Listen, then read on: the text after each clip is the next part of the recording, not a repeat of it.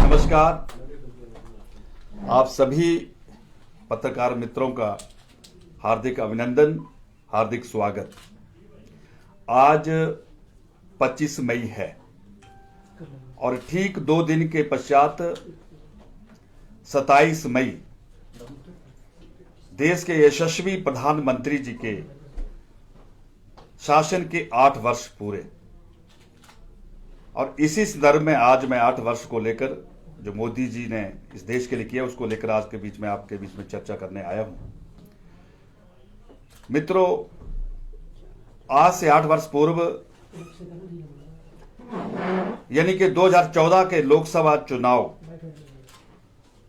का जो एक इतिहास था वो भारतीय राजनीति में एक नए स्वर्णिम अध्याय में जुड़ गया था। इस देश की जनता ने श्री नरेंद्र मोदी जी को एक प्रधान सेवक के रूप में, एक मजबूत जनादेश के रूप में देश की जनसेवा करने का अवसर दिया था। और यह सत्य है कि वो 2014 का जो लोकसभा चुनाव का जो आशीर्वाद था, जो वोट था, वो देश में एक नई दिशा देने के लिए था। वो देश में एक नए परिवर्तन लाने के लिए था। वो देश में गरीबों को गरीबी से बाहर निकालने के लिए था। और जिसके दृष्टिगत देश के यशस्वी प्रधानमंत्री जी ने अपने जीवन में जो गरीबी के पड़ाव को जो नजदीक से देखा था, उसको लेकर उन्होंने एक से एक नई योजनाएं भारत की गरीब जनता को देने का काम किया है। मोदी जी को यह ध्यान में था कि एक गरीब परिवार बिना पैसे के उसका बिजली का मीटर नहीं लगता है। उनके लिए एक सौभाग्य योजना के रूप में वो लेकर आए और गरीब को जो मुफ्त बिजली मीटर का कनेक्शन देने का काम किया। मोदी जी को यह मालूम था कि एक गांव में एक गरीब महिला चूल्हे के धुएं से कितनी ग्रसित रहती है, उसको धुएं से कैसे बाहर निकाला जाए। उनके लिए मुफ्त रसोई का चूल्हा मिले, उसके लिए एक उज्ज्वला योजना लेकर वो आगे आए। मोदी जी को यह मालूम था कि जब देश की और प्रदेश की योजनाओं का लाभ गरीब जनता को मिले, लेकिन जब उनका बैंक खाता नहीं होता था तो उसका योजना का उनको लाभ पूरा नहीं मिलता था। देश के यशस्वी प्रधानमंत्री जी जन धन योजना लेकर आगे आए और हर गरीब परिवार का खाता बिना पैसे के भी खोलने का काम किया। और यही नहीं, मोदी जी ने यह भी देखा, महसूस किया कि एक गरीब परिवार की महिला, हमारी माता, हमारी बहन, जब घर में शौचालय ना हो तो उन्हें कितनी समस्या से गुजरना पड़ता है। और देश के यशस्वी प्रधानमंत्री जी ने हर गरीब परिवार में शौचालय बने, उसके लिए भी घर घर में शौचालय बनाने का काम किया। मैं कह सकता हूं कि देश के यशस्वी प्रधानमंत्री जी ने ऐसी गरीबों की योजनाओं को शुरू करके गरीबों का दिल जीतने का काम किया है। और यही नहीं, इसके अतिरिक्त अनेकों योजनाएं। मोदी जी को यह मालूम था कि एक गरीब परिवार बिना पैसे के इलाज के इस जिंदगी से हाथ धो बैठता है। उनके लिए विश्व की सबसे बड़ी आयुष्मान भारत योजना और संयोगवश उस योजना का निर्माण करने में जो समय के तत्कालीन केंद्रीय स्वास्थ्य मंत्री थे वो हमारे हिमाचल प्रदेश के श्री जयप्रकाश नड्डा जी। उस आयुष्मान भारत योजना के माध्यम से आज देश के गरीब जनता का जो इलाज है 5 लाख रुपए तक मुफ्त हो रहा है। और यही नहीं, हम सभी पत्रकार मित्र जानते हैं कि हम नित्य दिन कोई ना कोई समाचार पढ़ते थे कि देश के किसी भूभाग के किसी किसान ने बाढ़ से सूखे से या प्राकृतिक आपदा से परेशान होकर जो है वो आत्महत्या कर ली। लेकिन देश के प्रधानमंत्री ने उसका भी एक रास्ता निकाला, उसको कैसे रोका जा सकता था। देश के यशस्वी प्रधानमंत्री जी उनके लिए एक प्रधानमंत्री फसल बीमा योजना लेकर आए। आज हम सबके ध्यान में है कि अब किसानों को आत्महत्या करने पर मजबूर नहीं होना पड़ता है। और इसके साथ किसानी के क्षेत्र में छोटे से छोटा किसान कैसे आगे बढ़े, क्योंकि हमारा यह देश कृषि प्रधान देश है। और आप सबके ध्यान में कि अब आने वाले 31 मई को एक बार फिर पहले की तरह हर वर्ष साल में 6,000 रुपये किसानों के खाते में जमा होगा। उस योजना का नाम भी है प्रधानमंत्री किसान सम्मान निधि योजना। और यही नहीं, देश के यशस्वी प्रधानमंत्री ने भी कल्पना की कि आजादी के 75 वर्ष के बाद अगर मेरे देश के गरीब परिवार के पास अगर रहने के लिए छत ना होगी तो अमृत महोत्सव का कोई अर्थ नहीं है। उनके लिए भी देश के यशस्वी प्रधानमंत्री जी प्रधानमंत्री आवास योजना लेकर आगे आए और आज देश के गरीबों को वो सुविधा जो है मिल रही है। और यही नहीं, देश के प्रधानमंत्री ने महसूस किया कि एक गरीब परिवार के साथ जब कोई दुर्घटना होती है, जब कोई संकट का समय आता है, तो कैसे उसको संकट से और उस घटना से बाहर निकाला जाए, उसको कैसे सहारा मिले। हम सबके ध्यान में है कि किस सूझबूझ के साथ, किस दूरदर्शिता के साथ आदरणीय मोदी जी ने प्रधानमंत्री सुरक्षा बीमा योजना और प्रधानमंत्री गरीब क्या बोलते ज्योति बीमा योजना, इस प्रकार की योजना को लेकर आए और आज हमारे गरीब भाइयों को उसका भी लाभ मिल रहा है। यही नहीं, इस प्रकार की अनेकों योजनाएं आज हिमाचल प्रदेश का एक इतिहास बन गया है। प्रधानमंत्री जल जीवन मिशन योजना हिमाचल प्रदेश के अंदर नहीं, पूरे देश के अंदर इस योजना को शुरू किया गया कि हर परिवार को जो शुद्ध पेयजल मिले, हर खेत को पानी मिले। इसी क्रम में हिमाचल प्रदेश में आप सबको ताज्जुब होगा कि पिछले आजाद भारत की जो कालखंड की अवधि है 72 वर्ष की, उसमें पूरे प्रदेश के अंदर 7,63,000 पेयजल के नलके लगे और पिछले 2.5 वर्षों में इस जल जीवन मिशन योजना के अंतर्गत 8,63,000 नए नल लगे। एक बहुत बड़ा रिकॉर्ड है। मैं मीडिया से निवेदन करना चाहता हूं, इस तुलनात्मक इस अंतर की चर्चा समाज और प्रदेश में होनी चाहिए। और यही नहीं, आज इन प्रकार के जो मोदी जी के प्रयास हुए हैं, इन प्रयासों से देश के किसानों को और देश के गरीब जनताओं की जो नब्ज है उसको छूने का एक प्रयास हुआ है।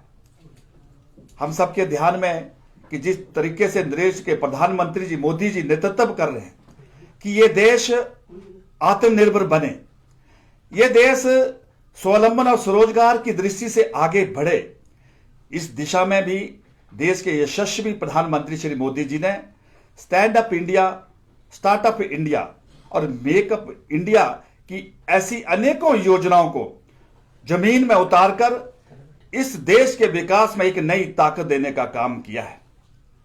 और मित्रों, यह भी हमें मालूम है कि जो 2014 का जो लोगों का जो वोट था, यह मोदी जी को एक आशीर्वाद था। यह बदलाव और दिशा परिवर्तन के साथ जो देश की एक रीति और नीति थी उसको भी बदलने के लिए था। हम सब इस बात के गवाह कि वो 5 वर्षों के अंदर हमने इस देश की व्यवस्था को बनते हुए देखा है। हमने उन 5 वर्षों के अंदर जो देश भ्रष्टाचार के दलदल में फंसा हुआ था, इस देश की जनता ने इस देश को भ्रष्टाचार के दलदल से भी बाहर निकलते हुए देखा है। मैं कह रहा हूं कि देश के यशस्वी प्रधानमंत्री जी ने जिस अंत्योदय की भावना के माध्यम से देश के गरीबों की उस जिंदगी को आसान बनाने के लिए जो काम किया है और जो उसमें एक गवर्नेंस में जो परिवर्तन हुआ है, उसको हम सब लोगों ने नजदीक से देखा है। यह मैं आज आपको बताना चाहता हूं। और यही नहीं, उन 5 वर्षों के अंदर इस देश के अंदर और देश के बाहर सर्जिकल स्ट्राइक भी हुए, एयर स्ट्राइक भी हुए, लेकिन उसके बावजूद भी वर्षों पुरानी 45 वर्षों से ज्यादा लंबी चली आ रही सैनिकों की मांग 1 रैंक 1 पेंशन, उसको भी हमने उन 5 वर्षों में पूरा होते हुए देखा है। यही नहीं, 1 रैंक अपना 1 नेशन और 1 जीएसटी के रूप में जो 1 एक निर्णय हुआ है, उसको भी इस देश की जनता ने अमल करते हुए देखा है। और लंबे समय से किसानों की एक एमएसपी की मांग चली आ रही थी, उसको भी हमने पूरा करते हुए देखा है। अर्थात मेरा कहने का यह भाव है कि जो पहला जो 5 वर्ष का कार्यकाल था, वो देश की आवश्यकताओं की पूर्ति के लिए पूरी तरह समर्पित रहा। यह मैं आपको बताना चाहता हूं। ये 2014 का मैंने आपको बताया। अब अगर उसके बाद 2019 का जो दूसरा कालखंड मोदी जी का शुरू हुआ कार्यकाल, उसमें भी आप सबके ध्यान में है कि उस 2019 के लोकसभा के चुनाव में जो पहले 2014 में देश के बदलाव को, देश की दिशा को, देश के रीति नीति को परिवर्तन के लिए लोगों ने वोट किया था, 2019 का जो वोट था वो देश में एक बड़े सपनों के लिए था, देश की आकांक्षाओं और आशाओं की पूर्ति के लिए था, देश के जो सपनों की एक बड़ी उड़ान थी उसको पूरा करने के लिए था, जो हम सबके ध्यान में है। आज जन जन से जुड़ी जनमन शक्ति, देश की राष्ट्रीय शक्ति की चेतना को जो है प्रज्वलित कर रही है। देश ने कई नए सपने लिए हैं, देश ने कई बड़े संकल्प लिए हैं, लेकिन देश के यशस्वी प्रधानमंत्री जी ने उन संकल्पों को सिद्ध करने के लिए नित दिन कोई ना कोई कदम उठाकर देश को आगे गति देने का काम किया है। ये हम सबके ध्यान में है। मित्रों, भारत की इस ऐतिहासिक यात्रा में देश के समाज के हर वर्ग का, समाज के हर व्यक्ति का, हर परिवार का सहयोग की दृष्टि से एक सकारात्मक, जिसको कहते हैं, योगदान रहा है, और जिसके अंतर्गत मैं कह सकता हूं कि जो मेरे देश के नेता, मेरी पार्टी ने सबका साथ, सबका विकास, सबका प्रयास, सबका विश्वास, इस मूल मंत्र के साथ जिस तरीके से देश में हमारे, चाहे वो आर्थिक पहलू हो, चाहे सामाजिक हो, चाहे हमारे वैश्विक हो, चाहे आंतरिक हो, इन क्षेत्रों में देश को गति देने का काम किया आदरणीय नरेंद्र मोदी जी ने। ये हम सबके ध्यान में और हम सबको समझने की आवश्यकता भी है। और यही नहीं, इस दूसरे कार्यकाल में भी कई प्रकार के ऐतिहासिक निर्णय हुए हैं। मैं कह सकता हूं कि राष्ट्रीय एकता और अखंडता के लिए हम सब इस बात के गवाह की धारा 370 को हमने पूरा करते हुए देखा है, और उसके साथ जो लंबे समय संघर्ष का एक सुखद पल मैं कह सकता हूं, राम मंदिर का निर्माण हो, या हम कह सकते हैं कि समाज के आधुनिक क्षेत्र में जो एक रुकावट बना था 3 तलाक, इसी के साथ जो हमारी करुणा का जो प्रतीक कह सकते हैं हम उसको, देश में जो नागरिकता संशोधन नियम है उसको भी हमने पूरा करते हुए देखा है। और ये एक बहुत बड़ा जो परिवर्तन, एक बहुत बड़ा जो काम, हम सब इस बात के गवाह है। और ये सारे विषय हम सब के स्वर्ण में भी है, ये भी मैं आज आपको इस स्पर्श वार्ता के माध्यम से बताना चाहता हूं। और यही नहीं मित्रों, इसके अतिरिक्त एक के बाद एक नए मोदी जी के शासन में निर्णय हुए, कई प्रकार के विकास के जो कदम हम सब ने देखे, देश इस बात का गवाह है। हम सबके ध्यान में है कि अंतर्राष्ट्रीय स्तर पर भी देश का दबदबा इन 8 वर्षों में कम नहीं रहा।